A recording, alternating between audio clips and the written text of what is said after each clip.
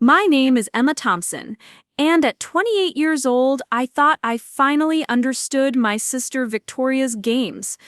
Growing up, she had perfected the art of making me look foolish while maintaining her image as the sweet, loving sibling. But when she asked me to be her maid of honor at her wedding to Michael Harrison, I believed she had genuinely changed. I was wrong.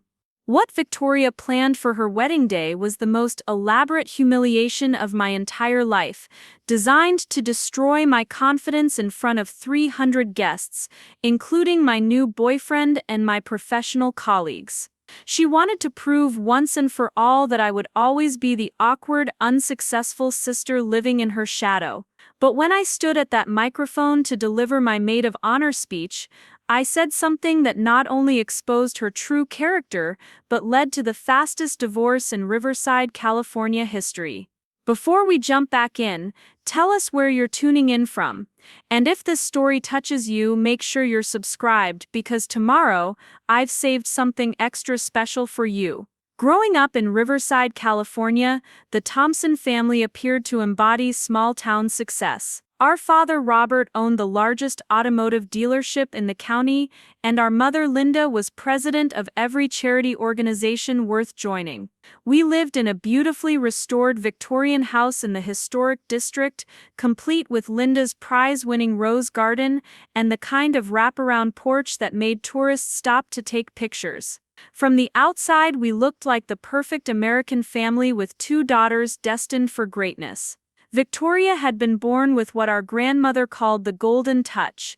Everything seemed to come naturally to her from an impossibly early age. At 3, she was already posing for local advertisements. By kindergarten, teachers were commenting on her natural charisma and leadership abilities. She had silky blonde hair that always fell perfectly, bright blue eyes that photographed beautifully, and the kind of effortless confidence that made adults bend over backward to help her succeed.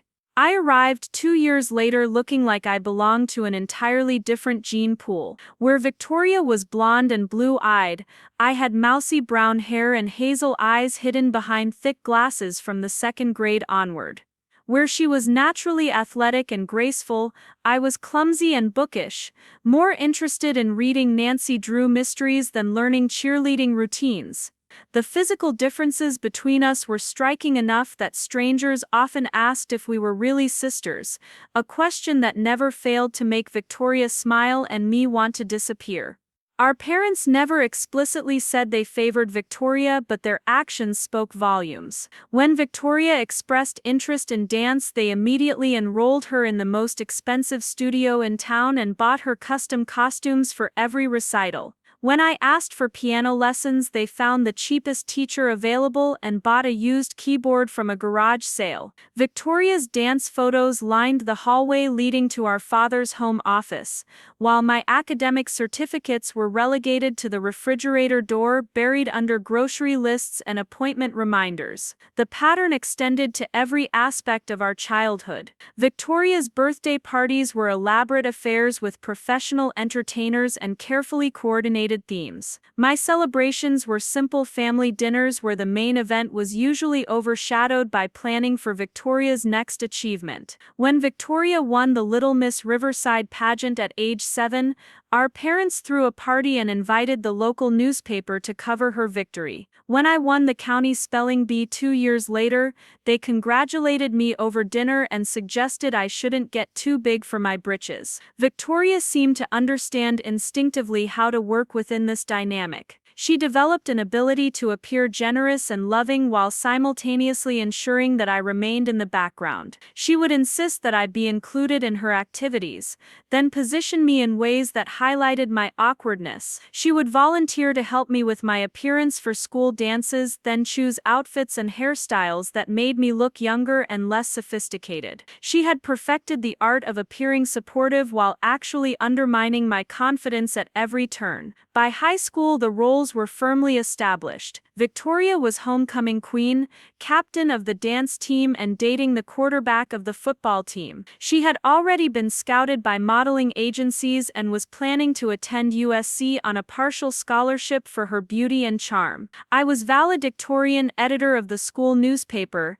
and president of the debate team, but these accomplishments were viewed by our family as expected rather than exceptional. Academic success was simply what Emma did, while Victoria's achievements were celebrated as remarkable gifts that deserved recognition and reward. The social hierarchy at Riverside High reflected our family dynamics perfectly. Victoria's friends treated me with polite indifference, acknowledging my existence only when they needed help with homework or college applications. I had my own circle of friends among the academically focused students, but we all understood that we operated in a completely different social sphere from Victoria's crowd. The few times our worlds intersected usually resulted in some form of embarrassment for me, carefully orchestrated by Victoria to appear accidental. Our parents' business and social connections meant that Victoria's activities were always well-funded and widely celebrated. Her dance recitals were attended by half the town, her pageant victories were featured in the local society pages, and her boyfriend's family owned the second-largest business in Riverside. Meanwhile, my academic competitions took place in distant cities with minimal fanfare, and my achievements were mentioned briefly in the school newsletter, if at all. The most telling moment of our high school years came during senior awards night. Victoria received recognition for her contributions to school spirit and community service, achievements that involved looking beautiful at events and having her picture taken with local dignitaries. I received the Academic Excellence Award, the Journalism Award, and a full scholarship to UC Berkeley. The audience applauded politely for my accomplishments, then erupted in enthusiastic cheers when Victoria was crowned senior prom queen. That night crystallized everything I needed to know about how our respective values were perceived by our community. Victoria had also developed a particular talent for what I privately called generous cruelty. She would offer to help me in ways that seemed sisterly and kind but inevitably resulted in my humiliation. She volunteered to do my makeup for junior prom, then created a look that was so overdone and inappropriate that I looked like I was wearing a costume. She insisted on taking me shopping for my graduation dress, then steered me towards styles that emphasized everything I was self-conscious about. She would give me advice about boys that was designed to make me appear desperate or naive, then express sympathetic concern when things went wrong. The most sophisticated aspect of Victoria's behavior was how she managed to maintain her image as a loving, supportive sister while systematically undermining my confidence. She would hug me in public after delivering a backhanded compliment that left me questioning myself. She would defend me against imaginary critics by pointing out my flaws in the guise of reassurance. She had learned that the most effective way to diminish someone was to appear to be helping them while actually highlighting their weaknesses. Our parents never seemed to notice these subtle dynamics, or perhaps they chose not to see them. Victoria was skilled at performing sisterly affection when adults were watching, while reserving her more cutting behavior for moments when we were alone or when the audience consisted only of peers who were unlikely to challenge her version of events. She understood intuitively that maintaining her reputation as the sweet, perfect daughter was essential to her continued success, and she never allowed her treatment of me to obviously contradict that image. By the time we graduated from high school, I had learned to expect disappointment from family events and to find my validation through academic and professional achievements rather than familial approval. I had also learned to be wary of Victoria's offers of help or inclusion, recognizing them as potential setups for embarrassment. I loved my sister in the complicated way that families love each other, but I had no illusions about her motivations or her genuine feelings toward me. The summer before I left for Berkeley, Victoria made a show of being sad about my departure, telling everyone how much she would miss her brilliant sister and how proud she was of my scholarship. Privately, she seemed relieved that I would no longer be around to potentially overshadow her social activities with my academic achievements. She was planning to attend USC in the fall, where she intended to study communications. Preparing and narrating this story took us a lot of time, so if you are enjoying it, subscribe to our channel. It means a lot to us. Now back to the story. and continue her modeling career, our paths were diverging in ways that seemed to suit both of us perfectly. As I packed for college, I felt a mixture of excitement and relief. For the first time in my life, I would be in an environment where academic achievement was valued above social popularity, where my intelligence would be seen as an asset rather than a quirk, and where I could develop my identity independent of Victoria's shadow. I had no idea that this separation would only be temporary, or that Victoria's need to maintain her superiority over me would eventually lead to the most elaborate humiliation she had ever devised. Part 2. The Pattern Recognition College at UC Berkeley opened my eyes to a world I had never imagined possible. For the first time in my life, I was surrounded by people who valued intellectual curiosity over social hierarchy, where heated debates about literature and philosophy were considered entertainment, and where my tendency to overthink everything was seen as a strength rather than a character flaw. My professors encouraged me to challenge conventional wisdom, my classmates sought out my opinions on complex topics, and I discovered that I actually had leadership abilities when given the opportunity to use them. The transformation didn't happen overnight. During my freshman year, I still instinctively deferred to more confident personalities, still assumed that my ideas were probably wrong if they differed from the popular opinion, and still felt surprised when people seemed genuinely interested in what I had to say. But gradually, surrounded by an environment that rewarded critical thinking and original analysis, I began to develop a sense of intellectual confidence that I had never possessed before. My major in digital marketing and communications turned out to be perfectly suited to my analytical mind and creative instincts. I excelled at understanding consumer psychology, crafting compelling narratives, and developing strategic campaigns that achieved measurable results. My professors began recommending me for competitive internships, and by my junior year, I was working part-time for a prestigious marketing firm in San Francisco while maintaining a nearly perfect GPA. The contrast between my Berkeley life and my Riverside background became more apparent with each semester. When I came home for holidays, I felt like I was stepping back into a role that no longer fit properly. Victoria would regale the family with stories of her modeling shoots, her sorority activities, and her growing social media following, which had reached nearly 50,000 followers by her sophomore year. She had perfected the art of lifestyle influencing, posting carefully curated content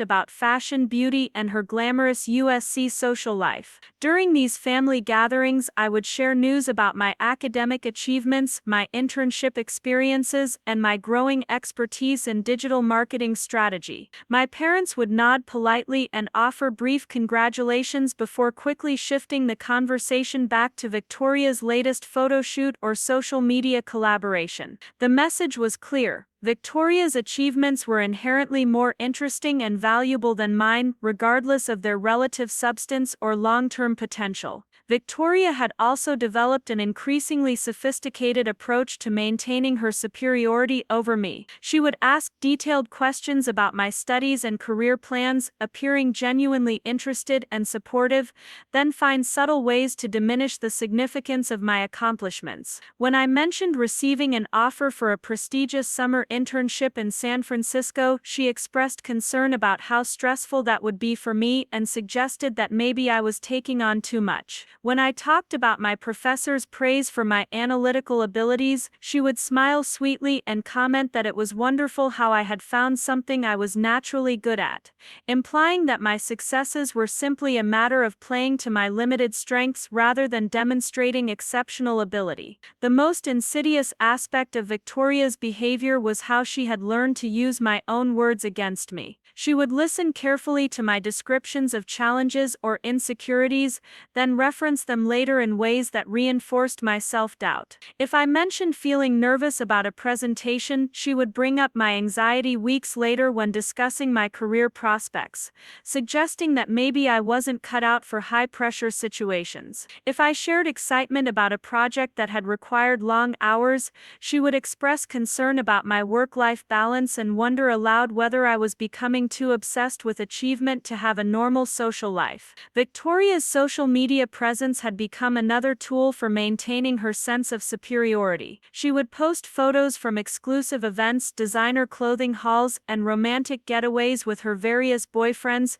creating a carefully crafted image of effortless glamour and social success. When family friends commented on her posts with admiration and envy, Victoria would screenshot the comments and share them in our family group chat, ostensibly to share her excitement but actually to ensure that everyone was aware of the external validation she was receiving. Meanwhile, my own social media presence was minimal and professional, focused primarily on sharing articles about marketing trends and celebrating academic or career milestones. The difference in engagement was stark. Victoria's posts routinely received hundreds of likes and comments, while my professional updates were seen by a small circle of classmates and colleagues. Victoria never missed an opportunity to comment on this disparity, expressing sympathy for how difficult it must be to build an online presence when you weren't naturally photogenic or socially inclined. The pattern extended to our parents' treatment of our respective romantic relationships. Victoria dated a series of conventionally attractive, socially prominent men who fit seamlessly into our family's social circle. Her boyfriends were always welcomed enthusiastically, invited to family dinners, and treated as potential future sons-in-law regardless of how brief the relationships turned out to be. My few college relationships were viewed with polite interest at best, and my parents rarely made an effort to get to know the men I dated or to include them in family activities. During my senior year, I began dating Jake Martinez, a graduate student in environmental engineering who shared my passion for using technology to solve complex problems. Jake was intelligent, thoughtful, and genuinely interested in my ideas and ambitions. He came from a working-class background and had earned his way into Berkeley through academic merit and determination. When I brought him home for Thanksgiving, my parents were cordial but clearly underwhelmed. Jake's lack of family connections and his focus on environmental sustainability rather than financial success seemed to confirm their suspicions that I was destined to choose practical rather than glamorous partners. Victoria, who was dating a pre-law student from a wealthy Los Angeles family at the time, made several pointed comments about the importance of finding someone who could provide security and social advancement. She expressed admiration for Jake's dedication to his studies while simultaneously questioning whether environmental engineering offered sufficient earning potential for a comfortable lifestyle. Her comments were delivered with apparent concern for my happiness, but their effect was to plant seeds of doubt about whether I was being realistic about my relationship choices. The most revealing moment of that Thanksgiving visit came during a family dinner when our father asked about our post-graduation plans. Victoria explained that she was considering several opportunities in Los Angeles, including a potential television hosting role and partnerships with major beauty brands. She described these possibilities with confidence and excitement, clearly expecting enthusiastic support from the family. When the conversation turned to me, I shared my acceptance into the graduate program at Berkeley and my offer for a full-time position with a San Francisco marketing firm after completing my degree. My father's response was telling. He congratulated me briefly, then immediately began questioning whether I was sure I wanted to commit to such an intensive academic and professional path. He wondered aloud whether I might be happier pursuing something less demanding, perhaps something that would allow me more time for personal relationships and family life. The implication was clear: my achievements were impressive but ultimately less important than finding a husband and settling down, while Victoria's career ambitions were exciting and worth pursuing regardless of their practical viability. Victoria's reaction to my graduate school acceptance was particularly revealing. She expressed surprise that I wanted to continue studying, suggesting that I might be using academics as a way to avoid entering the real world. She questioned whether additional education was really necessary for my career goals and wondered whether I was perhaps afraid of testing my abilities in a professional environment. Her comments were framed as sisterly concern, but their effect was to cast my academic success as a form of avoidance rather than achievement. The summer before my final year at Berkeley, Victoria Victoria announced her engagement to Michael Harrison, a corporate attorney she had met through mutual friends in Los Angeles. Michael came from a prominent legal family, drove an expensive car, and had the kind of traditional good looks that photographed well for social media. The engagement announcement generated tremendous excitement in our family and social circle, with my mother immediately beginning to plan what she described as the wedding of the century. Victoria's engagement marked a new phase in our family dynamics. Suddenly, every conversation revolved around wedding planning, every family gathering became a venue for discussing reception details, and Victoria's status as the successful daughter was elevated to new heights. She had achieved what our parents considered the ultimate goal for a young woman, securing a proposal from a socially and financially suitable man while still looking beautiful and desirable. The engagement also provided Victoria with new opportunities to highlight the differences between our life paths. While she was planning a wedding and preparing for marriage, I was still single and focused on academic and professional pursuits that seemed increasingly insignificant by comparison. Victoria began making subtle comments about the importance of finding balance between career ambitions and personal relationships, suggesting that perhaps I had become too focused on professional success to develop the skills necessary for lasting romantic partnerships. The wedding planning process became a 6-month showcase of Victoria's ability to command attention and resources.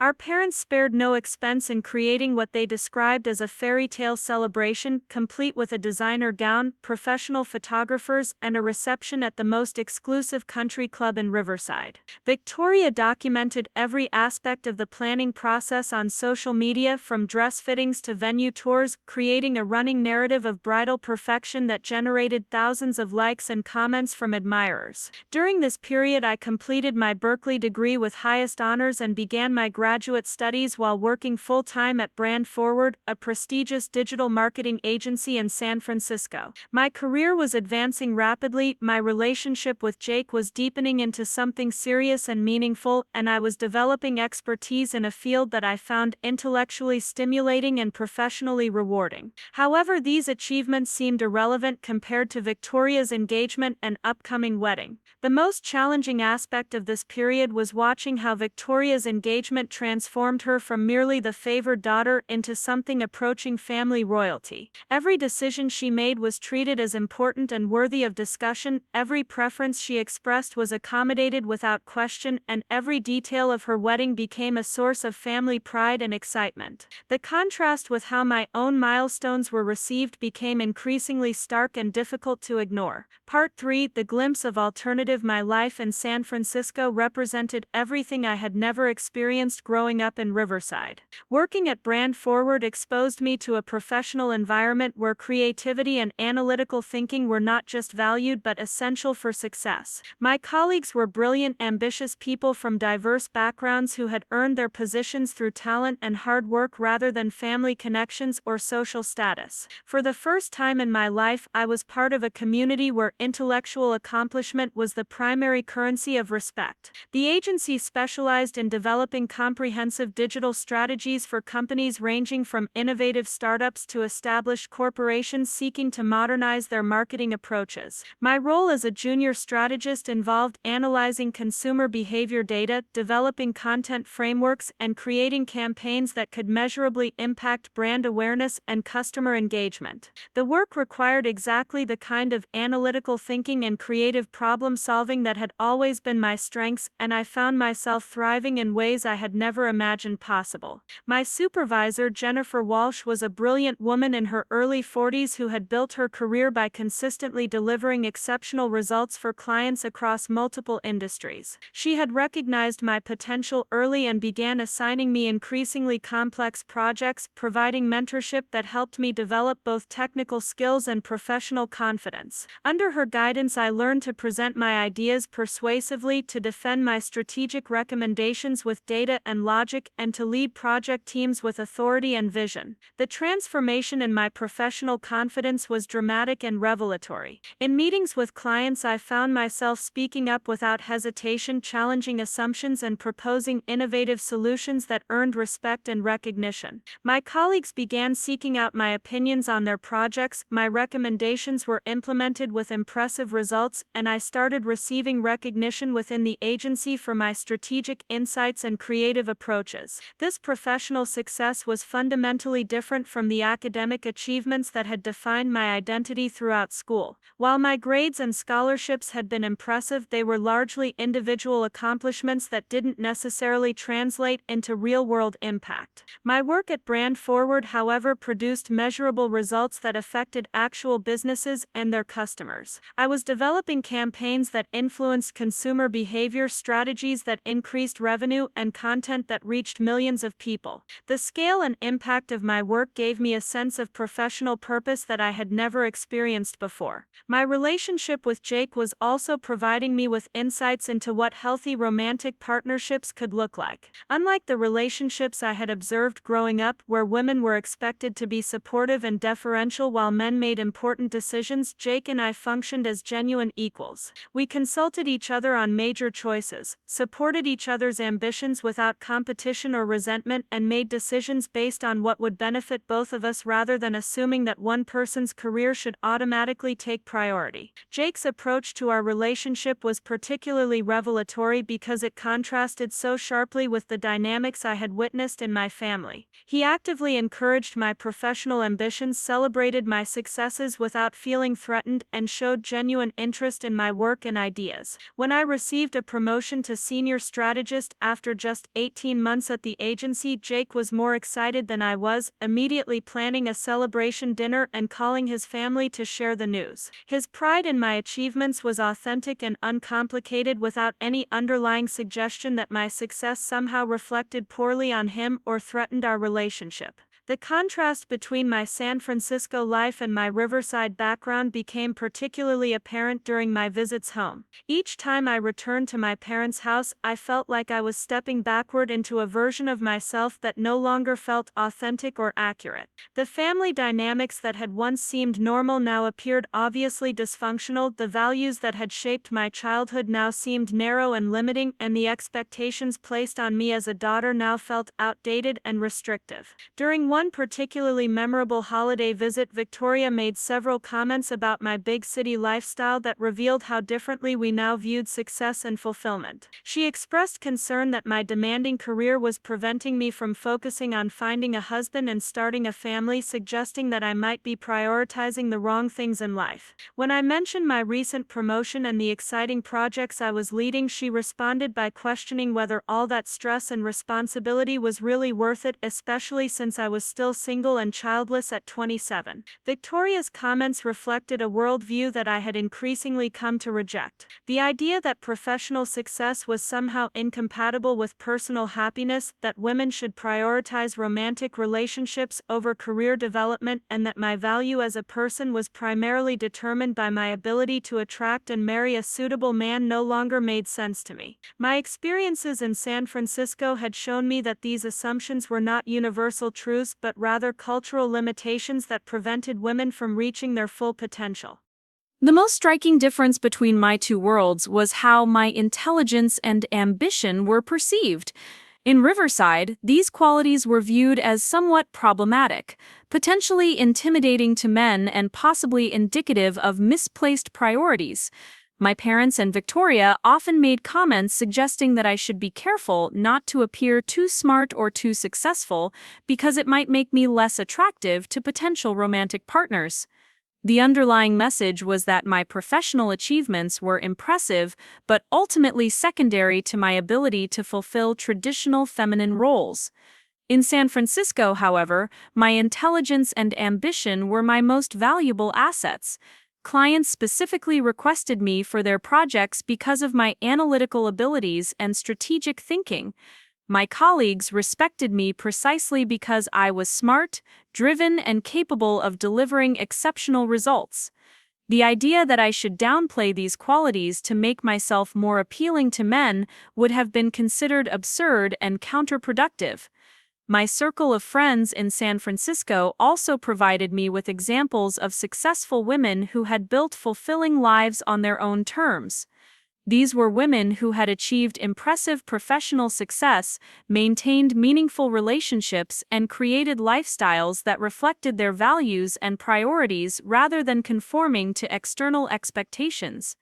Some were married, some were single, some had children, some didn't, but all of them had made deliberate choices about how to structure their lives based on what made them happy and fulfilled rather than what others expected of them. The most transformative aspect of my San Francisco experience was discovering that I could be genuinely liked and respected for who I actually was rather than who I thought I should be.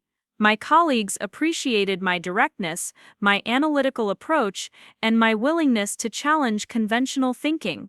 My friends enjoyed my company because I was intelligent, thoughtful, and genuinely interested in their lives and ideas. Jake loved me not despite my ambition and independence, but because of these qualities. This revelation fundamentally changed how I viewed my family relationships and the dynamics that had shaped my childhood. I began to understand that Victoria's need to diminish my accomplishments and undermine my confidence was not based on accurate assessments of my limitations, but rather on her own insecurities and her investment in maintaining a particular family hierarchy. My parents' tendency to prioritize her achievements over mine was not based on objective measures of success, but rather on their own narrow definitions of what constituted valuable accomplishments for young women. The contrast became particularly stark when Victoria began sharing details about her wedding planning during our family phone calls. She would spend hours describing dress fittings, menu tastings, and decoration choices, expecting enthusiastic participation in conversations about flowers and invitation fonts. When I tried to share news about my work projects or professional achievements, she would listen politely for a few minutes before steering the conversation back to wedding details, clearly viewing her planning process as more interesting and important than my career developments. This pattern revealed something important about how our family valued different types of accomplishments. Victoria's wedding planning was treated as fascinating and worthy of detailed discussion because it represented progress toward goals that our family considered fundamentally important: marriage, social status, and the fulfillment of traditional feminine roles. My professional success, while acknowledged as impressive, was viewed as less inherently interesting because it represented progress toward goals that our family considered secondary for women. The most challenging aspect of navigating between these two worlds was maintaining my newfound confidence and sense of self when faced with family dynamics that consistently undermined these qualities. Each visit home required me to consciously resist falling back into old patterns of self-doubt and deference, to remember that the version of myself I had become in San Francisco was more authentic and accurate than the version my family expected me to be. Part 4. The forced return. The phone call that changed everything came on a Tuesday afternoon in late January, just as I was preparing for a major client presentation that could secure the largest account in Brand Forward's history. Victoria's voice on the other end of the line was uncharacteristically subdued, lacking the usual bright enthusiasm that marked her public persona. She had never called me at work before, and something in her tone immediately put me on alert.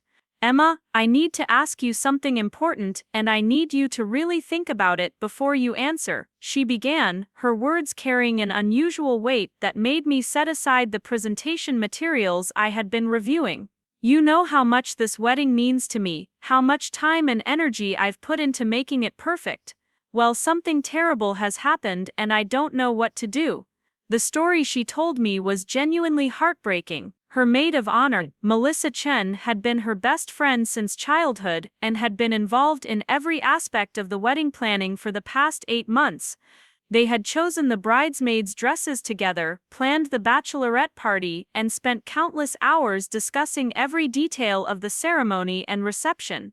Melissa was not just Victoria's closest friend but also her most trusted confidant and the person she had counted on to ensure that everything went smoothly on her wedding day. 3 days earlier, Melissa had been involved in a serious car accident while driving home from a late-night shift at the hospital where she worked as a nurse. The accident had resulted in multiple injuries, including a severe concussion, 2 broken ribs, and a compound fracture of her left leg that would require several surgeries and months of physical therapy. She was conscious and expected to make a full recovery, but she would be hospitalized for at least 2 weeks and then confined to a wheelchair for several months while her leg healed. Victoria explained that she had spent the past 3 days trying to figure out alternatives, but none of the other bridesmaids could step into the maid of honor role with only 6 weeks until the wedding. They were all lovely girls, she said, but none of them had Melissa's organizational skills or intimate knowledge of all the wedding details. More importantly, none of them had the kind of deep relationship with Victoria that would make their elevation to maid of honor feel natural and appropriate. That's why I'm calling you, Victoria continued, her voice becoming more emotional. I know we haven't always been as close as some sisters, and I know you've been really busy with your career and everything. But you're my sister, Emma, your family. And when something like this happens, family is supposed to step up for each other. I need you to be my maid of honor. The request was so unexpected that I found myself speechless for several moments. Victoria and I had maintained a cordial but distant relationship since college, exchanging pleasant phone calls and seeing each other during holiday visits, but we had never been genuinely close. She had never confided in me about personal matters, never sought my advice or support, and had certainly never suggested that she valued my opinion about anything related to her social life or relationships. I know it's a lot to ask, Victoria continued, interpreting my silence as hesitation. You'd have to take time off work to come home for fittings and the rehearsal dinner, and I know how important your job is to you. But Emma, I'm desperate. This wedding is the most important day of my life, and I can't imagine doing it without someone I trust standing beside me. You're the only person I can count on to help me make this perfect. The emotional appeal was expertly crafted, combining genuine vulnerability with subtle manipulation in ways that I was only beginning to recognize as characteristic of Victoria's communication style. She was presenting herself as helpless and dependent while simultaneously flattering me by suggesting that I possessed unique qualities that made me indispensable. She was acknowledging my professional commitments while making it clear that refusing her request would constitute a betrayal of family loyalty. My initial instinct was to decline politely but firmly. The timing was terrible, with several major client presentations scheduled over the next month and a promotion opportunity that required me to demonstrate exceptional commitment and availability. More importantly,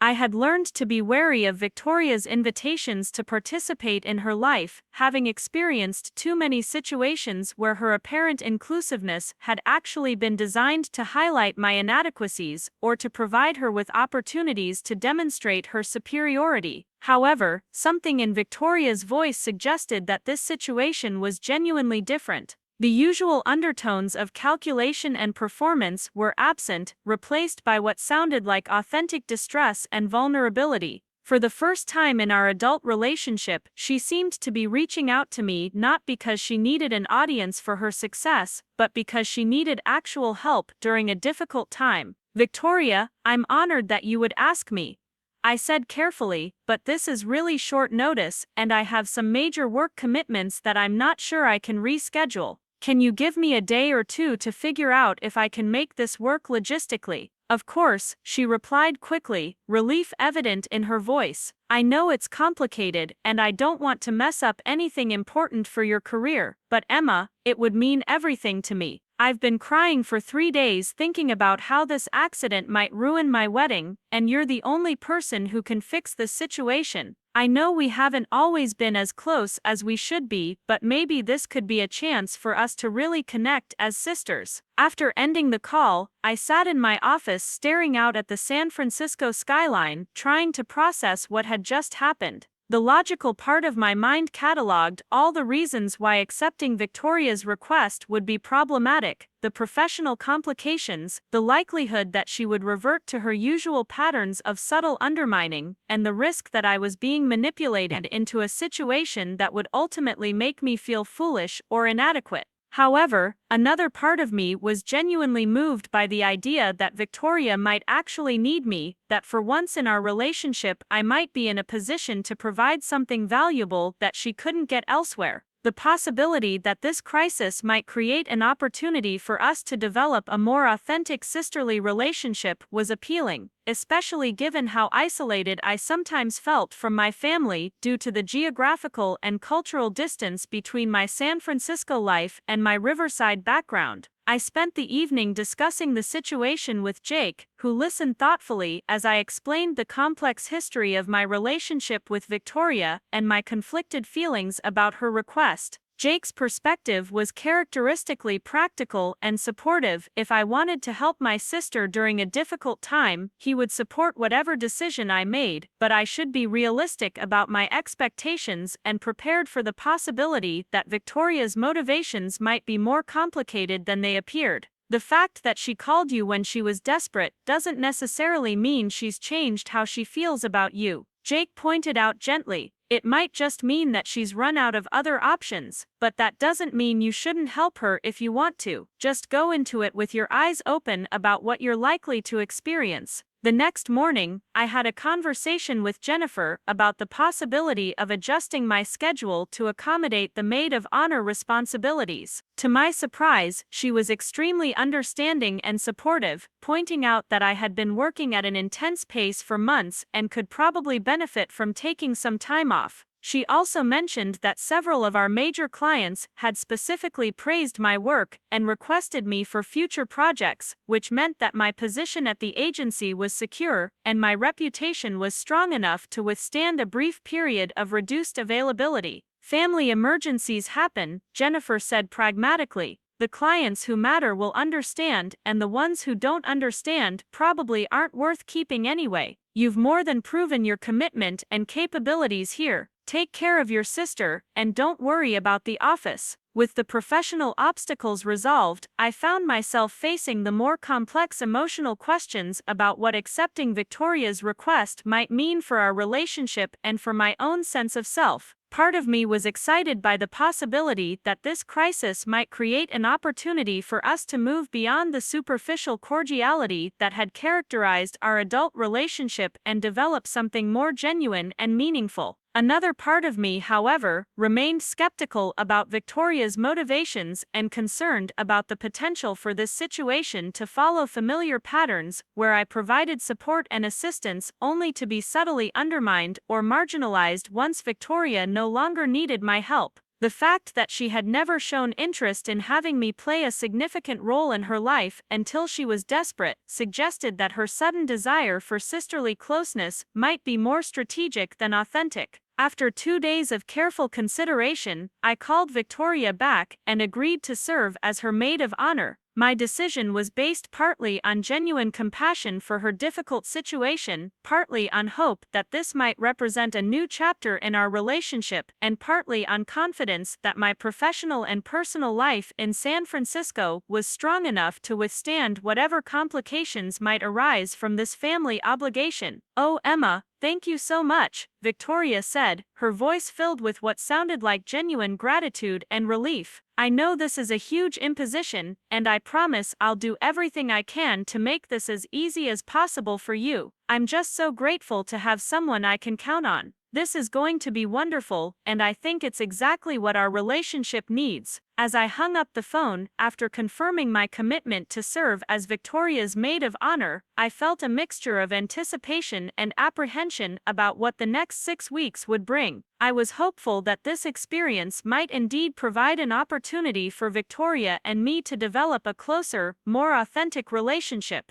I was also realistic about the possibility that I might be setting myself up for disappointment or manipulation. What I didn't realize was that Victoria's desperation had not made her more genuine or vulnerable, but rather more determined than ever to maintain her sense of superiority and control. The maid of honor role was not going to be an opportunity for sisterly bonding, but rather the setup for the most elaborate and public humiliation she had ever devised. Part 5. The Escalating Resistance. The first indication that Victoria's gratitude might be more complicated than it appeared came during our initial phone conversation about maid of honor responsibilities. I had expected to discuss practical matters like dress fittings, shower planning, and ceremony logistics. Instead, Victoria launched into a detailed critique of everything Melissa had planned that would now need to be changed to reflect Victoria's evolved vision for her perfect wedding. Melissa had such sweet ideas, Victoria said with patronizing affection, but honestly, some of her choices were a little basic. She was thinking too small for what Michael and I want this wedding to represent. Now that you're involved, with your marketing background and everything, I think we can really elevate the whole experience to something more sophisticated. The implication was clear: my professional skills were being conscripted not to honor our sisterly relationship, but to upgrade Victoria's wedding beyond what her previous maid of honor had been capable of achieving. She wasn't grateful to have my support during a difficult time, she was excited about the opportunity to exploit my expertise for her benefit. Victoria had prepared a comprehensive list of tasks that needed to be completed over the next 6 weeks, and as she read through them, I began to understand the true scope of what I had committed to. Beyond the traditional maid of honor duties of organizing the bachelorette party and giving a speech at the reception, Victoria expected me to redesign the wedding favors, coordinate with vendors about last-minute changes, create a social media strategy for documenting the wedding, and somehow manage all of this while working full-time and living 300 miles away. I know it sounds like a lot, Victoria said when I expressed concern about the timeline, but you're so organized and capable, I'm sure you can handle it better than anyone else could. And Emma, this really is a once-in-a-lifetime opportunity for us to show everyone what the Thompson sisters can accomplish when we work together. The phrasing was revealing in its assumption that my role was to help Victoria accomplish her goals rather than to participate as an equal partner in a collaborative effort. She was positioning herself as the star of this production and me as the supporting player whose job was to make her look good. The opportunity she was describing was not mutual but entirely one-sided. My first trip back to Riverside for wedding planning activities confirmed my growing suspicions about Victoria's true motivations. She had scheduled a full weekend of appointments, beginning with a visit to Bella's bridal boutique for maid of honor dress selection and ending with meetings with caterers and florists about the changes she wanted to implement based on my professional insights. The dress appointment was particularly illuminating. Victoria had apparently spent considerable time thinking about what she wanted her maid of honor to wear, and her vision had very little to do with what would look flattering or appropriate on me. She had selected a style that was completely different from the dresses worn by the other bridesmaids, in a color that would stand out prominently in photographs and complement her own gown while doing nothing positive for my appearance. I want you to really pop in the photos, Victoria explained as she directed the boutique staff to bring out dress after dress in increasingly unflattering styles. Since you're my maid of honor, you should look distinctive from the other girls. This is your chance to really shine and show everyone how beautiful you can be when you make an effort. The subtext was unmistakable: my usual appearance was insufficient for her wedding, and she was graciously providing me with an opportunity to improve myself for this special occasion. The dresses she selected were all designed to emphasize qualities that would make me appear younger, less sophisticated, or more awkward than the other members of the wedding party. The final selection was a dusty rose gown with an empire waist that made me look pregnant, cap sleeves that emphasized my arms in unflattering ways, and a length that would require me to wear higher heels than I was comfortable with to avoid tripping. When I suggested that perhaps we could consider a style that would be more universally flattering, Victoria's response was swift and decisive. Emma, I've put a lot of thought into this, and I really think this dress captures exactly the aesthetic I want for my wedding. It's romantic and feminine, and perfect for photographs. You might not be used to wearing things that are so traditionally pretty, but trust me, it's going to look amazing on you. The boutique staff, clearly uncomfortable with the dynamics they were witnessing, made several diplomatic attempts to suggest alternative styles that might be more flattering, but Victoria dismissed each suggestion with increasing firmness. She had a specific vision for how she wanted me to look, and that vision apparently involved emphasizing every physical characteristic that I was self-conscious about. The shoe selection process was equally revealing. While the other bridesmaids would be wearing elegant 2-inch heels that allowed for comfortable walking and dancing, Victoria insisted that I needed 4-inch stilettos to achieve the proper height proportion in photographs. When I pointed out that I rarely wore heels that high and was likely to have difficulty walking gracefully, Victoria's response was a masterpiece of apparent concern disguising actual dismissiveness. "I know it's challenging, but Emma, this is such an important day for me, and I really need everything to be perfect. I'm sure you can practice walking in them over the next few weeks, and honestly, wearing heels might help you feel more confident and feminine. It could be really good for you to push yourself out of your comfort zone." The implication that my comfort zone was inherently problematic and needed to be expanded for Victoria's benefit was typical of her approach to our relationship. She consistently framed her demands as opportunities for my personal growth, suggesting that any resistance I offered was evidence of my own limitations rather than legitimate concerns about her expectations.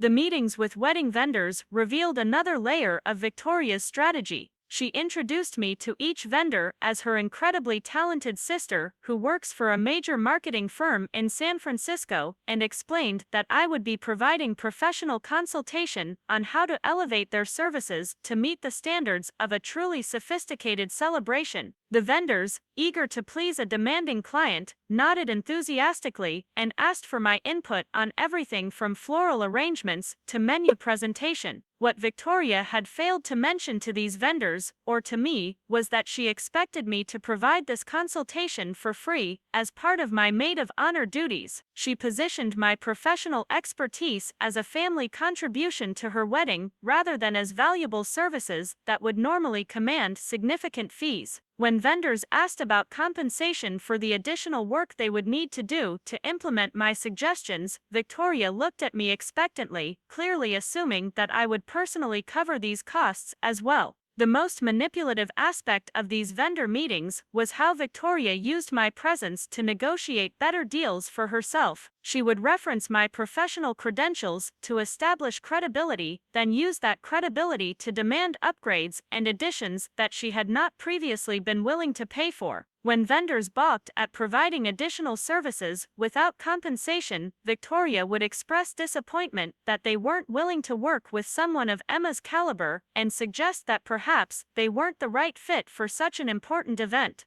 By the end of the weekend, I had accumulated a to-do list that would have been challenging for a full-time wedding planner, let alone someone trying to maintain a demanding career while serving as a volunteer maid of honor. Victoria expected me to redesign the centerpieces, create custom signage for the reception, develop a hashtag strategy for social media coverage, coordinate with photographers about shot lists, and somehow manage all of this while also planning a bachelorette party and writing a heartfelt speech about our sisterly bond. When I attempted to discuss the scope of these expectations and suggest that perhaps we could prioritize the most important tasks, Victoria's response revealed the true nature of her attitude toward my involvement in her wedding. She expressed surprise that I was finding the responsibilities overwhelming, pointing out that she had specifically chosen me because of my organizational skills and professional experience, and working her way up to my role as maid of honor.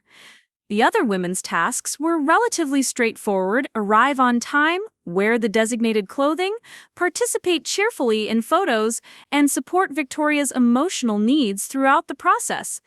My responsibilities, however, had evolved into something resembling a part-time job. Emma will be handling all the vendor coordination for the final week, Victoria announced matter-of-factly, making sure the florists, caterers, photographers, and musicians all understand exactly what we expect from them. She'll also be managing the social media documentation, which means taking behind-the-scenes photos and making sure we get all the shots we need for my Instagram campaign about the wedding. She continued detailing my assignments with the casual authority of someone who had never questioned her right to make demands of others. I was expected to arrive in Riverside 4 days before the wedding to oversee final preparations, coordinate the rehearsal dinner logistics, manage the bachelorette party she had planned for the night before the wedding, and somehow find time to write and rehearse the maid of honor speech that would serve as the emotional centerpiece of the reception. The speech is particularly important, Victoria emphasized, looking directly at me with an expression of intense expectation. I want it to really capture what our relationship means and how proud I am to have Emma as my sister. It should be personal and heartfelt, but also elegant and sophisticated. I'm thinking about 7 to 10 minutes, with specific stories that show how supportive and wonderful our family is. The request for a lengthy speech celebrating our supposedly wonderful relationship was particularly galling given how Victoria had been treating me throughout the planning process. She wanted me to publicly perform gratitude and affection that I increasingly didn't feel, to present a narrative of sisterly closeness that bore no resemblance to our actual dynamic, and to do it all while wearing an unflattering dress and standing in shoes that would make it difficult to walk gracefully. Catherine, Michael's sister, asked innocently whether all these responsibilities might be overwhelming for someone who was also maintaining a full-time career in another city. Her question created a moment of silence that felt heavy with tension, as if she had unknowingly touched on a subject that everyone else had been carefully avoiding. Victoria's response was swift and definitive. "Emma is incredibly capable and organized," she said with apparent pride that masked underlying dismissiveness. "She's used to managing complex projects, and I think she actually enjoys having something creative to work on outside of her usual corporate stuff. This is probably more fun for her than her regular job." The casual diminishment of my professional life as corporate stuff that was presumably less fulfilling than serving as Victoria's unpaid wedding coordinator was particularly infuriating. She was positioning my career as secondary to her personal celebration, while simultaneously expecting me to use my professional skills to enhance that celebration without compensation or recognition. Our mother, who had been listening to this exchange with growing discomfort, finally spoke up in a way that initially seemed supportive but ultimately revealed her own priorities. "Victoria, honey, you need to make sure you're not asking too much of Emma. She's been so generous with her time already, and you don't want to take advantage of her good nature." "Oh, Mom, Emma doesn't mind," Victoria replied quickly. "We've talked about all of this, and she's excited to help make my wedding special. Aren't you, Emma? I mean, this is probably the most important thing our family will ever celebrate, and Emma understands how much it means to everyone." The direct challenge forced me to respond in front of an audience that clearly expected me to confirm Victoria's version of events. The social pressure to maintain family harmony and support Victoria's happiness was enormous, but something inside me finally rebelled against the expectation that I should cheerfully accept whatever demands she chose to make. "Actually, Victoria, I think we need to have a conversation about scaling back some of these expectations," I said carefully, trying to maintain a calm tone despite my growing frustration. "Some of what you're asking for goes beyond traditional maid of honor responsibilities, and I'm concerned about being able to manage everything while still doing my job properly." The room fell silent in a way that made it clear I had violated some unspoken agreement about how this conversation was supposed to proceed. Victoria's expression shifted from confident authority to shocked dismay, as if I had announced my intention to skip the wedding entirely rather than simply questioning the scope of my responsibilities. "I don't understand," Victoria said, her voice taking on the wounded tone she had perfected for situations where she needed to appear victimized by other people's unreasonableness. "I thought you wanted to help make my wedding special. Are you saying that your job is more important to you than your own sister's happiness?" The question was expertly designed to make any response I gave sound selfish and unsympathetic. If I prioritized my professional obligations, I would appear to be putting career advancement ahead of family loyalty. If I agreed to maintain the current level of commitment, I would be accepting that my time and expertise were less valuable than Victoria's desires. I'm not saying my job is more important than your happiness, I replied evenly. I'm saying that some of what you're asking for requires professional-level event planning skills and significant time investment that I'm not sure I can provide while also meeting my work obligations. Catherine, perhaps sensing the tension and trying to be helpful, suggested that perhaps some of the responsibilities could be redistributed among the other bridesmaids or hired out to professional vendors. Her suggestion was practical and reasonable, but it clearly threatened Victoria's vision of having me serve as her personal wedding coordinator. That's not really the point, Victoria said with increasing edge in her voice. I specifically asked Emma to be my maid of honor because I wanted her skills and expertise involved in making this wedding perfect. If she's not willing to actually contribute those skills, then maybe I misunderstood what our relationship meant to her. The emotional manipulation was becoming more explicit and more aggressive. Victoria was suggesting that my reluctance to provide unlimited free labor was evidence that I didn't value our sisterly bond, that my professional boundaries were actually personal rejection, and that any limitations I tried to establish were betrayals of family loyalty. Our mother, clearly uncomfortable with the direction the conversation was taking, attempted to mediate by suggesting that perhaps we could find a compromise that would meet Victoria's needs while respecting my time constraints. Her intervention, while well-intentioned, had the effect of validating Victoria's position that I should be providing extensive services while simply negotiating the scope rather than questioning the fundamental premise. I think what Victoria is trying to say, our mother offered diplomatically, is that this wedding is really important to our whole family and we all want to do whatever we can to make it special. Maybe Emma, you could take a few vacation days to focus on wedding preparation, and Victoria, maybe you could hire some professional help for the more complicated tasks. The suggestion that I should use my limited vacation time to serve as Victoria's unpaid event coordinator was presented as a reasonable compromise, as if my professional development and personal life were acceptable sacrifices for Victoria's perfect wedding. The underlying assumption was that my needs and priorities were naturally subordinate to Victoria's desires, and that any resistance I offered was simply a matter of logistics rather than principle. Victoria's response to our mother's suggestion revealed how completely she had internalized the family dynamic that positioned her needs as paramount. I suppose I could hire some vendors to handle the basic stuff, she said with obvious reluctance, but Emma, I really need you to handle the important things that require someone I trust. This is my wedding day, and I can't have just anyone managing the details that really matter.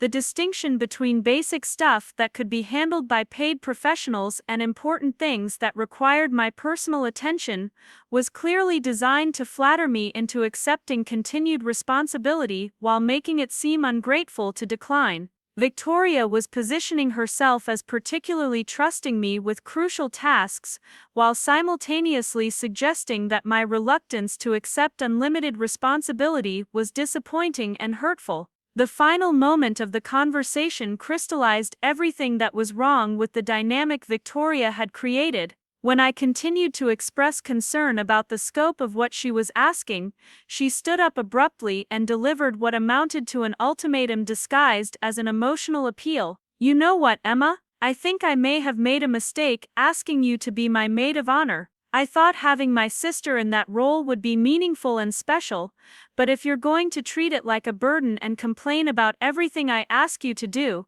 then maybe I should find someone who actually wants to help me celebrate the most important day of my life. The threat to replace me as maid of honor was clearly designed to force my compliance by suggesting that any continued resistance would result in public humiliation and family conflict. Victoria was betting that I would rather accept her unreasonable demands than face the social consequences of being dismissed from the wedding party for being difficult or unsupportive. The moment required a choice between maintaining family peace and maintaining my personal dignity. For most of my life, I had chosen peace, accepting diminished roles and unfair treatment in order to avoid conflict and preserve the illusion of family harmony. But my experiences in San Francisco had taught me that relationships based on one person's systematic subjugation of another were neither healthy nor sustainable. Victoria, I said quietly, standing up to face her directly, I agreed to be your maid of honor because I thought you needed my help during a difficult time. But what you're asking for isn't sisterly support, it's free professional services combined with public performance of a relationship that doesn't actually exist between us. The directness of my response clearly shocked everyone in the room, including myself. I had never spoken so bluntly about the reality of my relationship with Victoria, never challenged the family narrative that portrayed us as loving sisters with minor differences, never suggested that Victoria's treatment of me was problematic rather than simply demanding. If you want me to continue as your maid of honor, I continued, my voice gaining strength as I spoke, then we need to have a realistic conversation about what that role actually involves. I'm happy to give a speech, stand beside you during the ceremony, and provide emotional support throughout your wedding day. But I'm not going to serve as your unpaid event coordinator or pretend that our relationship is something it's never been. The silence that followed my statement felt charged with possibility and danger. I had drawn a line that challenged not just Victoria's immediate demands but the entire family dynamic that had enabled those demands. The response would determine whether we could move forward on more equitable terms, or whether this confrontation would mark the end of my involvement in Victoria's wedding entirely. Part 7. The major confrontation. Victoria's face cycled through several expressions in the moments following my declaration, from shock to hurt to something approaching calculation, as if she were rapidly reassessing her strategy for managing this unexpected challenge to her authority. The other women in the room seemed frozen, uncertain whether they were witnessing a temporary family disagreement that would quickly resolve itself or a fundamental rupture that would have lasting consequences. I can't believe you're saying this to me, Victoria finally responded, her voice taking on the trembling quality she had always used when she wanted to appear wounded by other people's unreasonableness. After everything I've been through with Melissa's accident, after everything our family has done to support your career and your choices, this is how you respond when I need you most. The deflection was masterful in its combination of emotional manipulation and historical revisionism. Victoria was positioning herself as the victim of circumstances beyond her control, while simultaneously suggesting that my family had made sacrifices to support my professional development that created an obligation for me to reciprocate through unlimited service to Victoria's personal agenda. Our mother immediately moved to mediate, clearly uncomfortable with the escalating tension and eager to restore the harmony that had been disrupted by my unwillingness to accept Victoria's demands without question. Girls, let's all take a deep breath here. We're family, and we love each other, and I'm sure we can work this out in a way that makes everyone happy. There's nothing to work out, Mom, Victoria replied, her voice gaining strength as she moved into familiar territory of garnering sympathy and support. Emma has made it very clear that helping me have a beautiful wedding is too much trouble for her.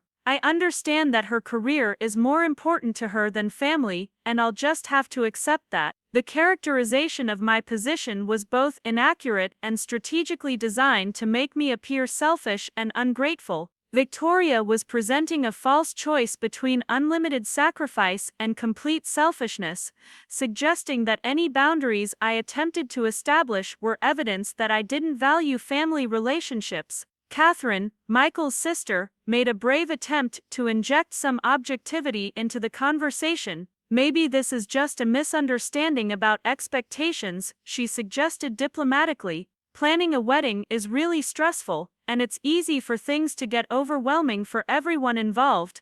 Victoria's response to Catherine's mediation attempt revealed how invested she was in maintaining the narrative that positioned me as unreasonable and unsupportive, rather than acknowledging that her expectations might be problematic. It's not a misunderstanding, she said firmly. Emma agreed to be my maid of honor, and I thought that meant she wanted to help make my wedding special. Apparently, I was wrong about what our relationship means to her. The conversation had reached a point where Victoria was actively trying to recruit allies to support her position and pressure me into compliance. She was appealing to everyone's desire for family harmony while simultaneously refusing to acknowledge that her demands were the source of the conflict rather than my reluctance to meet them. I realized that this moment represented more than a disagreement about wedding planning responsibilities. It was a fundamental confrontation about the family dynamics that had shaped our entire relationship, about whether I would continue to accept diminished status in order to preserve peace, and about what kind of relationship Victoria and I would have going forward. Victoria, let me be very clear about what I agreed to and what I'm willing to do, I said, maintaining eye contact with her despite the discomfort of the situation. I agreed to serve as your maid of honor, which traditionally involves giving a speech, standing beside you during the ceremony, hosting or helping with a bridal shower or bachelorette party, and providing emotional support throughout the wedding planning process. I paused to let this definition establish the baseline before continuing. What I didn't agree to was serving as your unpaid event coordinator, using my professional expertise to provide free consulting services to your vendors, managing your social media campaign, or pretending that we have a close relationship that justifies a 10-minute speech about our wonderful sisterly bond. The specificity of my objections made it difficult for Victoria to continue characterizing my position as general unwillingness to help or lack of care about her happiness. I was drawing clear distinctions between reasonable maid of honor responsibilities and the extended service role she had attempted to create. Victoria's response revealed how completely she had expected me to accept whatever role she assigned to me without question. I thought you would want to contribute your skills to making my wedding special, she said, with apparent confusion. I thought you would be proud to show everyone what you're capable of. I mean, this is probably the biggest event our family will ever host, and I wanted you to be part of making it amazing. The suggestion that I should be grateful for the opportunity to provide free professional services was breathtaking in its presumption. Victoria was presenting her exploitation of my expertise as a generous opportunity for me to showcase my abilities, as if the primary benefit of my contributions would be the exposure and recognition I would receive, rather than the enhanced quality of her wedding celebration. Victoria, if you want professional event planning services, you should hire a professional event planner, I replied evenly. If you want marketing consultation, you should hire a marketing consultant. If you want someone to manage your social media presence, you should hire a social media manager. I'm your sister, not your unpaid employee. The distinction between familial support and professional exploitation was one that Victoria seemed genuinely unable or unwilling to recognize. She had become so accustomed to viewing my skills and time as resources available for her use that the idea of paying for equivalent services from strangers seemed unnecessary and wasteful. Our mother, clearly distressed by the escalating conflict, made another attempt to find middle ground that would satisfy both of us without addressing the fundamental issues at stake. Maybe you girls could sit down later and make a list of everything that needs to be done, and then figure out what Emma can realistically handle and what might need to be hired out. That's not the point, Mom, I said, recognizing that any compromise that didn't address Victoria's underlying attitude would simply postpone rather than resolve the conflict. The point is that Victoria asked me to be her maid of honor during a family emergency, and I agreed because I thought she needed my support, but instead of treating me like a sister providing help during a difficult time, she's treating me like an employee who should be grateful for the opportunity to work for free. The comparison to employment was strategic in its implications. I was suggesting that Victoria's expectations were not just excessive but fundamentally inappropriate for a family relationship, that she was confusing sisterly support with professional subordination. Victoria's reaction to this characterization was immediate and emotional. That is so unfair, Emma. I never treated you like an employee. I treated you like someone whose opinions I value and whose help I need. I thought you would understand how important this wedding is to me and want to do everything possible to make it perfect. The response revealed how completely Victoria had internalized the assumption that her desires should naturally take priority over other people's needs and boundaries. She genuinely seemed to believe that asking me to provide unlimited free labor was a form of flattery rather than exploitation, that my reluctance to comply was evidence of insufficient love rather than reasonable self-protection. If this wedding is so important to you, then it's important enough to invest in professional help rather than expecting your family to provide free services, I replied. The fact that you asked me to be your maid of honor because Melissa was injured doesn't give you the right to redesign the role to meet your personal convenience. The reference to the circumstances that had led to my involvement was intentionally pointed.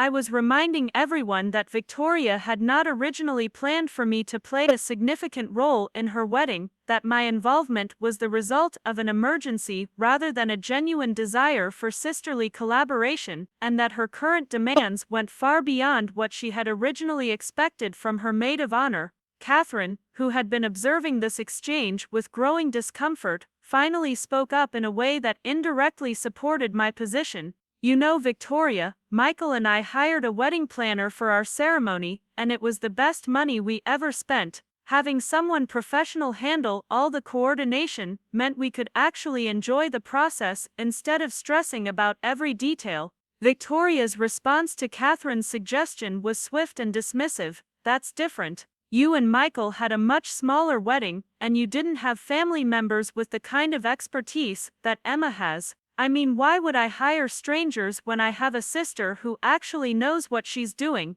The logic was revealing in its assumption that family relationships created automatic access to professional services without compensation or consideration of the family member's other obligations. Victoria seemed genuinely unable to understand why I might not want to provide free services that I would normally charge clients significant fees to receive. The conversation had reached a point where compromise seemed impossible without one of us fundamentally changing our position. Victoria was unwilling to acknowledge that her expectations were unreasonable, and I was unwilling to accept a role that required me to sacrifice my professional obligations and personal dignity for her convenience. Victoria, I said finally, I think we need to be honest about what's really happening here. You didn't ask me to be your maid of honor because you value our relationship or because you wanted me to be part of your special day. You asked me because you needed someone to fill a role, and you saw an opportunity to get professional services for free.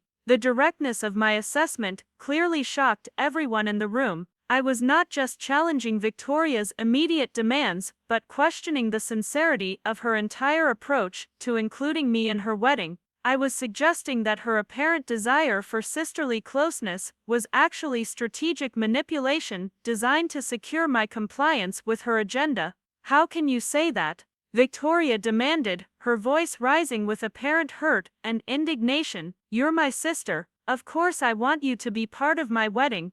Of course I value our relationship. I can't believe you would think I'm just using you. The protestation of innocence was undermined by Victoria's continued inability to acknowledge any legitimacy to my concerns or to offer any modification of her expectations. If she genuinely valued our relationship, she would have been willing to adjust her demands to accommodate my professional obligations and personal boundaries. If you value our relationship, then treat me like someone whose time and expertise have value, I replied. If you want me to be part of your wedding, then include me as a sister, not as unpaid staff. If you need professional services, hire professionals. If you want family support, ask for family support, but stop trying to get both while pretending you're only asking for one.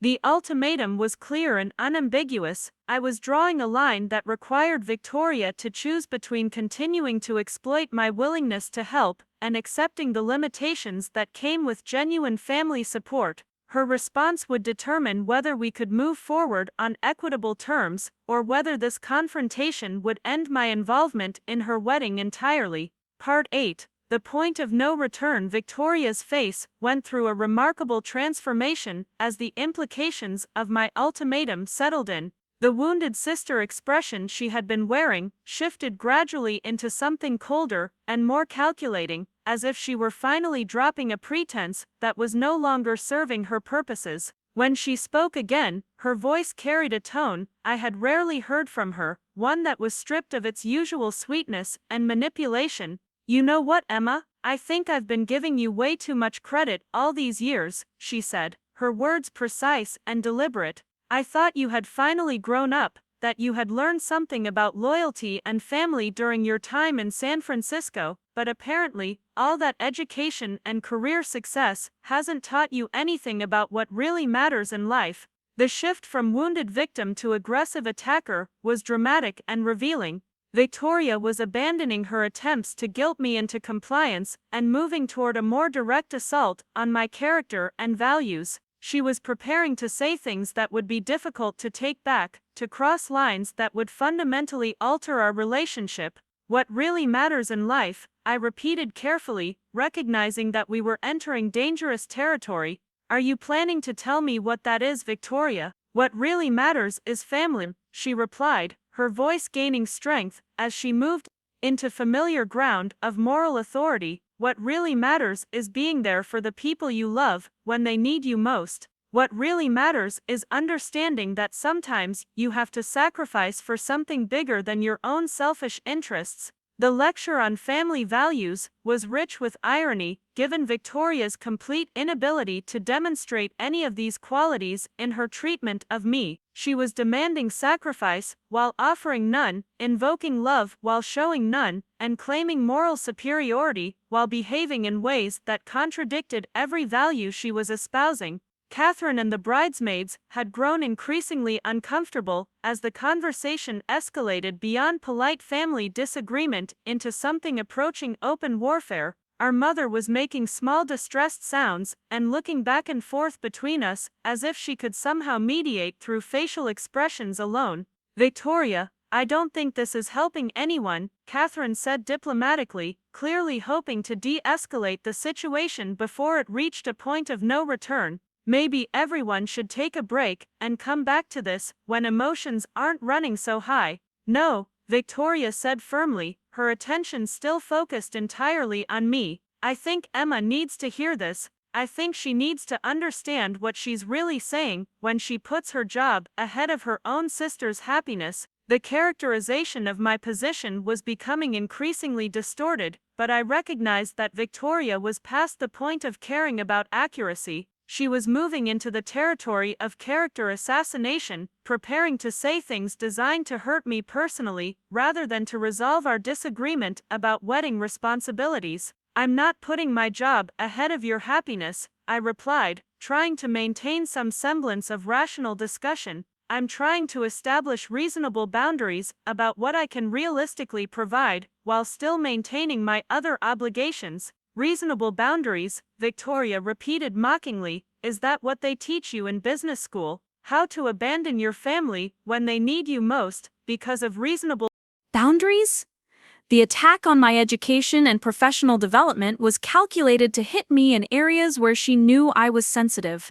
Victoria understood that my academic and career achievements were central to my sense of self-worth, and she was attempting to reframe them as character flaws that prevented me from fulfilling my proper role as a supportive family member. "Victoria, that's enough," our mother finally interjected, her voice carrying uncharacteristic firmness. "You're both upset, and you're saying things you're going to regret. Why don't we table this discussion for now and revisit it when everyone has had a chance to calm down?" "I'm not going to regret anything, Mom," Victoria replied without taking her eyes off me. "I'm tired of pretending that Emma's selfishness is somehow admirable just because she's successful at work. I'm tired of acting like her inability to prioritize family is a sign of her independence rather than a character flaw." The words hung in the air like a declaration of war. Victoria was abandoning any pretense of wanting to resolve our disagreement and moving into the realm of personal attack designed to inflict maximum psychological damage. She was saying things that would be impossible to forgive or forget, permanently altering the foundation of our relationship.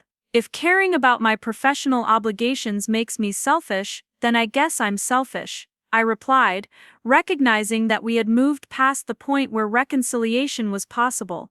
If maintaining boundaries makes me a bad sister, then I guess I'm a bad sister, but I'm not going to sacrifice my dignity and my career to prop up your fantasy of having a perfect wedding where everyone exists solely to serve your vision.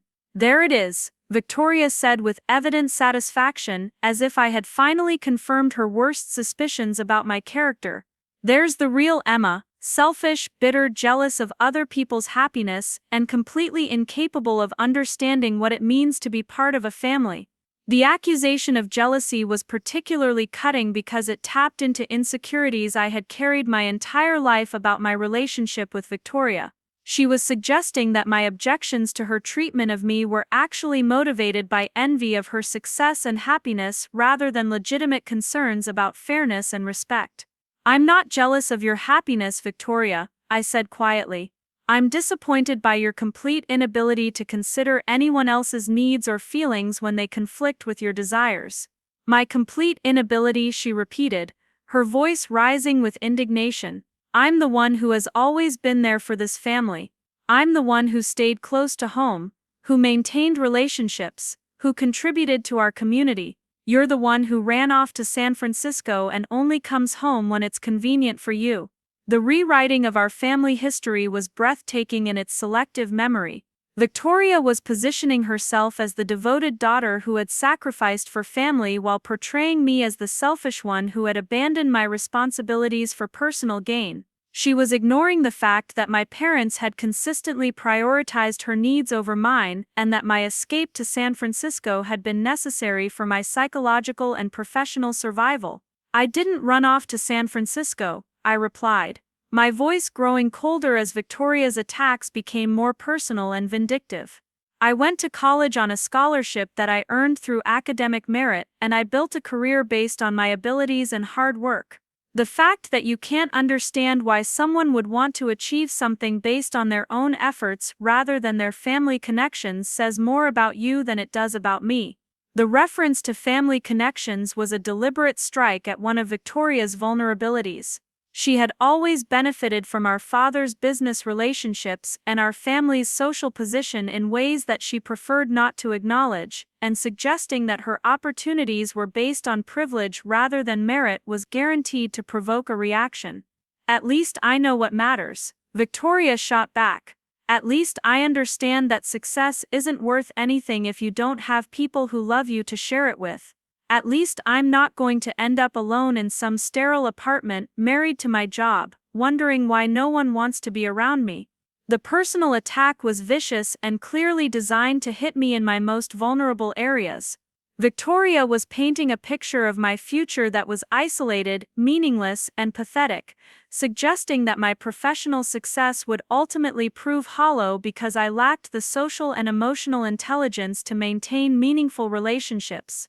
The cruelty of the attack was stunning even by Victoria's standards. She was weaponizing my fears about loneliness and social inadequacy, using intimate knowledge of my insecurities to cause maximum psychological damage. She was making it clear that she viewed our relationship as a war that she intended to win regardless of the collateral damage. "If that's what you really think of me," I said slowly, feeling something fundamental shift inside me as I absorbed the full implications of Victoria's assault, "then I think this conversation is over." "Good," Victoria replied with evident satisfaction. "Maybe now you'll understand why I need someone I can actually count on to be my maid of honor. Maybe now you'll realize that this family doesn't revolve around your schedule and your precious career." The dismissal was final and unambiguous. Victoria was not just rejecting my attempts to establish reasonable boundaries, she was rejecting me entirely as a person worthy of consideration or respect. She was making it clear that she viewed me as expendable, someone whose presence in her life was conditional on my willingness to serve her needs without question.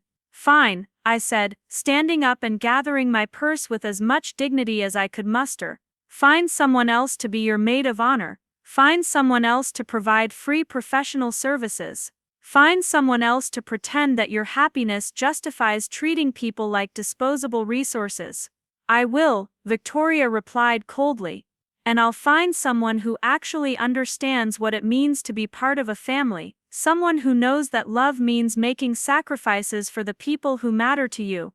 The final insult was delivered with such venom that even our mother gasped audibly. Victoria was not just dismissing me from her wedding, she was questioning my fundamental capacity for love and family loyalty. She was suggesting that my entire approach to relationships was flawed, and that my inability to meet her demands revealed deep character defects that made me unsuitable for meaningful human connection.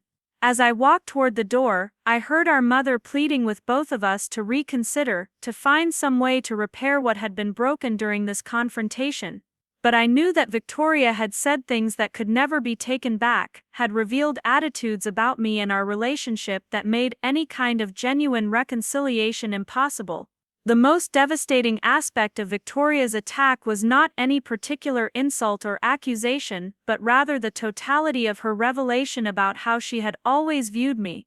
The sister who had claimed to value my intelligence and expertise had actually seen these qualities as tools for her use rather than aspects of my identity worthy of respect. The family member who had supposedly loved me unconditionally had actually attached strict conditions to that love, conditions that required me to subordinate my needs and dignity to her convenience. As I drove away from my parents' house, I realized that this confrontation had forced me to confront truths about my family that I had been avoiding for years. Victoria's cruelty was not an aberration caused by wedding stress, it was the logical culmination of attitudes and dynamics that had shaped our relationship since childhood. Her inability to respect my boundaries was not a temporary failing, it was a fundamental aspect of how she viewed other people and their value relative to her own desires. The point of no return had been reached not because of what had been said during this particular argument, but because the argument had finally forced both of us to acknowledge truths that had been hidden beneath years of polite pretense and family loyalty. Victoria had shown me exactly what she thought I was worth, and I had finally found the courage to refuse to accept that valuation. Part 9. The Strategic Response. The drive back to San Francisco felt like traveling between two different universes, one where I was expected to accept diminishment and exploitation as expressions of family love, and another where I was valued for my intelligence, capabilities, and authentic self. As the miles accumulated between me and Riverside, I felt a complex mixture of liberation and grief, relief at escaping Victoria's manipulative demands combined with sadness about the final destruction of any hope for a genuine sisterly relationship. Jake was waiting for me at my apartment with takeout from my favorite Thai restaurant and a bottle of wine, having correctly anticipated that I would need comfort food and emotional support after what he had predicted would be a difficult confrontation. His ability to provide exactly what I needed without being asked was a stark contrast to Victoria's inability to consider my needs even when I explicitly stated them. "How bad was it?" he asked gently as I collapsed onto the couch beside him, still processing the emotional whiplash of Victoria's attack and my decision to walk away from the maid of honor role. Part 11. The liberation moment. 3 days before Victoria's wedding, my phone rang at 7 in the morning with a call from my mother that I seriously considered ignoring. The past 2 weeks had been blissfully peaceful without the constant stress of wedding-related demands and Victoria's manipulative communications. I had thrown myself into work with renewed energy, feeling like a weight had been lifted from my shoulders now that I was no longer obligated to provide free professional services while pretending to be grateful for the opportunity. "Emma, honey, I know you and Victoria had words, but I really need to talk to you," my mother said, her voice carrying the strained quality that indicated she was about to ask me to do something I wouldn't want to do. "There's been a situation with the new maid of honor, and frankly the whole wedding is falling apart." Against my better judgment, I found myself curious about what could have gone so wrong in such a short period of time. Victoria had announced on social media that her sorority sister Madison would be stepping into the maid of honor role, posting photos of them shopping for a replacement dress and gushing about how excited she was to have someone who truly understood the importance of making her day perfect. "What kind of situation?" I asked, immediately regretting my interest but unable to resist finding out how Victoria's perfect alternative had worked out. The story my mother told was both predictable and satisfying in its demonstration of the consequences of Victoria's unrealistic expectations. Madison had enthusiastically agreed to serve as maid of honor, apparently thrilled by the opportunity to be featured prominently in what she knew would be a heavily documented social media event. However, when Victoria began explaining the responsibilities she expected Madison to fulfill, the enthusiasm had quickly evaporated. Madison was a lifestyle influencer with a modest following who worked part-time as a yoga instructor and lived with her parents while pursuing what she called her wellness brand. She had neither the professional skills nor the financial resources to provide the services Victoria had demanded from me. When Victoria asked her to coordinate with vendors about last-minute changes, Madison had no idea how to communicate effectively with event professionals. When Victoria expected her to redesign wedding favors and signage, Madison had no design experience or software capabilities. When Victoria demanded comprehensive social media documentation, Madison's aesthetic sense and technical abilities proved inadequate for the sophisticated image Victoria wanted to project. "The poor girl has been crying for 2 days," my mother explained. "She keeps saying she had no idea what she was getting into, and Victoria is becoming impossible to deal with. She's screaming at vendors, fighting with your father about costs, and basically making everyone miserable because nothing is meeting her standards." The description of Victoria's behavior was unsurprising but still shocking in its demonstration of how completely she had lost perspective about what mattered and what was reasonable to expect from others. She had created an impossible situation by designing a wedding that required professional-level coordination while refusing to pay for professional services, then taking out her frustration on everyone around her when reality failed to match her vision.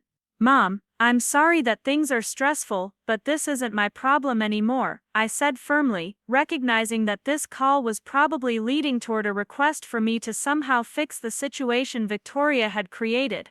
Victoria made it very clear that she doesn't value my contribution or my boundaries, and I made it clear that I won't accept being treated that way. "I know, honey, and honestly I think you were right to stand up for yourself," my mother admitted, surprising me with her directness. "Victoria has been acting like a bridezilla, and your father and I are both frustrated with how she's been treating people. But Emma, she's still your sister, and this is still her wedding day.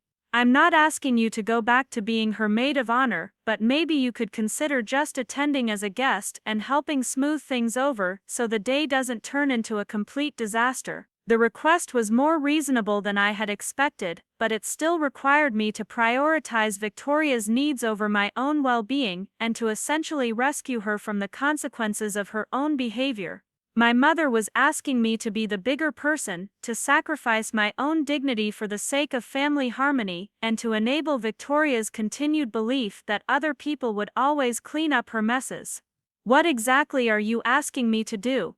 I said carefully, wanting to understand the full scope of what my mother was envisioning before making any commitments. "Just come to the wedding as a guest," she said quickly, as if afraid I would hang up before she could explain. "Be supportive, help keep things calm, maybe use your connections to smooth things over with vendors if problems come up. You don't have to pretend that everything is fine between you and Victoria, but you could help ensure that the day doesn't turn into a complete disaster." The proposal was essentially asking me to provide damage control services while attending as a guest, to use my professional expertise to fix problems without receiving credit or compensation, and to subordinate my own emotional needs to Victoria's public image concerns. It was a scaled-down version of exactly the same dynamic that had caused our original conflict. "Mom, if Victoria wants professional event management services, she should hire a professional event manager," I replied, echoing the same argument I had made 2 weeks earlier. "If she wants someone to coordinate with vendors, she should pay someone to coordinate with vendors. The fact that her alternative plan isn't working doesn't create an obligation for me to step in and fix it." "I know you're right in principle," my mother said with evident frustration, "but this is reality, and the wedding is in 3 days. We can't hire a professional coordinator at this point. Madison is completely overwhelmed, and Victoria is having what can only be described as a nervous breakdown. Someone needs to help, and you're the only one with the skills to make this work. The appeal to my unique capabilities was familiar territory, the same argument Victoria had used to justify her excessive demands. My mother was suggesting that my professional competence created a moral obligation to provide assistance regardless of how I had been treated or what I needed for my own well-being. What does Victoria think about this plan? I asked, suspecting that my mother was proposing this solution without consulting the bride, whose behavior had created the current crisis. The pause before my mother answered told me everything I needed to know. Well, Victoria doesn't know I'm calling you. She's been saying that she doesn't want you at the wedding at all after what happened, but Emma, she's not thinking clearly right now. She's so stressed and overwhelmed that she's not making good decisions about anything. The revelation that Victoria had actually disinvited me from her wedding was both hurtful and clarifying. It confirmed that her anger about my boundary setting had been deeper and more vindictive than I had realized, and it made my mother's current request even more problematic. She was asking me to attend an event where I was explicitly unwelcome in order to provide services to someone who had made it clear that she neither wanted nor valued my presence. So you want me to show up uninvited to help someone who has specifically said she doesn't want me there? I asked, highlighting the fundamental absurdity of what my mother was proposing. I want you to be the bigger person and help save your sister's wedding day, my mother replied, her voice taking on the pleading tone that indicated she was running out of reasonable arguments and moving into emotional manipulation. I know Victoria said hurtful things, and I know she's been unreasonable, but she's still your sister, and this is still one of the most important days of her life. The familiar refrain about family obligation and the importance of Victoria's happiness was wearing thin. My mother was asking me to prioritize Victoria's needs over my own dignity, to ignore Victoria's explicit rejection of my presence, and to provide assistance to someone who had made it clear that she viewed me as expendable and unworthy of basic respect. Mom, I love Victoria because she's my sister, but that doesn't mean I have to accept being treated badly by her, I said finally. She made choices about how to treat me and what kind of relationship she wanted us to have. I'm not responsible for fixing the consequences of those choices. So you're just going to let her wedding be ruined because you're angry about a fight? My mother asked, her frustration evident as she realized that her appeals were not having the desired effect. I'm not letting anything be ruined, I replied firmly. Victoria created this situation by refusing to hire appropriate help and by driving away the people who were willing to provide assistance. She made her choices, and now she gets to live with the results. The conversation continued for another 10 minutes, with my mother cycling through various forms of guilt, obligation, and emotional manipulation in an attempt to convince me to rescue Victoria from her self-created crisis. She appealed to family loyalty, Christian forgiveness, and the importance of maintaining relationships for the sake of future generations. She suggested that my unwillingness to help was evidence of pride and stubbornness that would ultimately hurt me more than it hurt Victoria. Throughout this extended appeal, I maintained my position while gaining increasing clarity about the family dynamics that had shaped my entire life. My mother's inability to hold Victoria accountable for her behavior, her automatic assumption that I should sacrifice my needs to accommodate Victoria's poor choices, and her framing of my self-respect as selfishness, all revealed the underlying beliefs that had enabled Victoria's sense of entitlement. I understand that you're disappointed in my decision, I said when my mother finally exhausted her arguments, but I'm not going to attend Victoria's wedding uninvited to provide free labor to someone who has made it clear that she doesn't value or want my presence. If Victoria wants my help, she can call me herself and apologize for how she treated me, otherwise, she'll have to figure out her own solutions. After ending the call, I sat in my kitchen drinking coffee and reflecting on how dramatically my perspective on family obligation had shifted over the past few weeks. The old Emma would have immediately begun rearranging her schedule to rush home and fix Victoria's problems, viewing her technical competence as creating an automatic obligation to provide assistance regardless of how she was treated in return. The new Emma recognized that competence did not create obligation, that family relationships required mutual respect to be sustainable, and that enabling someone's poor behavior was not actually helping them in the long run. Victoria needed to learn that treating people badly had consequences, that professional services had value that couldn't be demanded for free, and that relationships required reciprocity to survive. Jake found me still sitting at the kitchen table when he emerged from the shower, and I summarized the conversation with my mother while he made breakfast for both of us. His response was characteristically supportive and practical, validating my decision while helping me think through the implications. "It sounds like your mother is panicking because she's finally seeing the consequences of enabling Victoria's behavior for all these years," he observed. "She probably realizes that Victoria has created an unsustainable situation, but instead of holding Victoria accountable, she's trying to get you to fix it like you always have." The insight was accurate and helpful in clarifying why my mother's request had felt so familiar and so problematic. She was perpetuating the same dynamic that had shaped my childhood, where Victoria's poor choices became everyone else's responsibility to manage, and my capabilities were viewed as family resources to be deployed whenever convenient. "Do you think I'm being too harsh?" I asked, still processing residual guilt about refusing to help during what was genuinely a crisis situation. "I think you're being appropriately protective of yourself," Jake replied thoughtfully. "Victoria created this mess through her own choices and behavior. Rescuing her from the consequences wouldn't actually help her learn anything, and it would just reinforce her belief that she can treat people badly without losing access to their assistance." The conversation helped me recognize that my decision to maintain my boundaries was not just about protecting myself from further mistreatment, but about refusing to enable Victoria's continued dysfunction. By not rushing in to fix her problems, I was forcing her to confront the reality that relationships require mutual respect and that professional services have value that can't be taken for granted.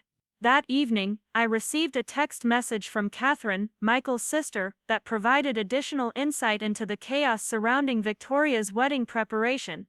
Catherine had apparently been recruited as an emergency coordinator despite having no experience with event planning, and was discovering firsthand how impossible Victoria's expectations were to meet. "I had no idea what you were dealing with," Catherine's message read. "Victoria is expecting miracles from people who don't have the skills or resources to provide them. I wanted to let you know that Michael is starting to have serious concerns about what he's gotten himself into." The revelation that even Michael was beginning to question Victoria's behavior was significant, because it suggested that her dysfunction was becoming apparent to people outside our family system. Michael had presumably fallen in love with Victoria's public persona of sweetness and charm, but extended exposure to her behind-the-scenes behavior was apparently revealing aspects of her character that were less appealing. Catherine's message continued with information that was both shocking and somehow inevitable, given Victoria's escalating behavior. "She screamed at the florist yesterday for 20 minutes because the centerpieces weren't exactly the right shade of pink, even though she never provided color samples for comparison. She made the cake decorator cry by insisting that the design be completely changed 3 days before the wedding. The photographer is threatening to quit because she keeps changing the shot list and demanding additional services that weren't in the original contract."